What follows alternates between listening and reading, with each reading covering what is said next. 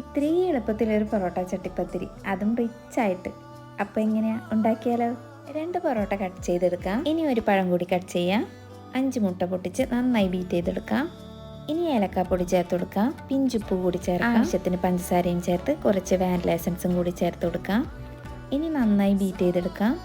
ഇനി ഒരു പാനിലേക്ക് നെയ്യ് പുരട്ടി കൊടുക്കാം. മുട്ട മിക്സ് പകുതി ഒഴിച്ചു കൊടുക്കാം. പകുതി പൊറോട്ട കൂടി ചേർത്ത് കൊടുക്കാം. ഇനി പഴം ചേർത്ത് കൊടുക്കാം. തേങ്ങ കൂടി ചേർത്ത് കൊടുക്കാം. ഇനി കുറച്ച് നട്ട്സ് കൂടി ചേർത്ത് കൊടുക്കാം. സെയിം റിപ്പീറ്റ് 1 ലെയറും കൂടി സെറ്റ് ചെയ്യാം. ഇനി ബാക്കി പൊറോട്ട കൂടി ചേർത്ത് കുറച്ച് മുട്ട മിക്സും ചേർത്ത് ബാക്കി പഴവും തേങ്ങയും നട്ട്സും കൂടി ചേർത്ത് ബാക്കി മുട്ട മിക്സും ചേർത്ത് ഇനി 1/4 കപ്പ് മിൽക്ക് കൂടി ചേർത്ത് കൊടുക്കാം. കുറച്ച് നെയ്യ് കൂടി ചേർത്ത് ഇതുപോലെ ലോ ഫ്ലെയിമിൽ 1/2 അവർ കുക്ക് ചെയ്തെടുക്കാം. ഇനി ഒരു 5 മിനിറ്റ് മറിച്ച് വെച്ച് കുക്ക് ചെയ്താൽ നല്ല ടേസ്റ്റി പൊറോട്ട ചട്ടിപ്പത്തിരി റെഡി. അപ്പം എങ്ങനെയാ, ട്രൈ ചെയ്യല്ലേ?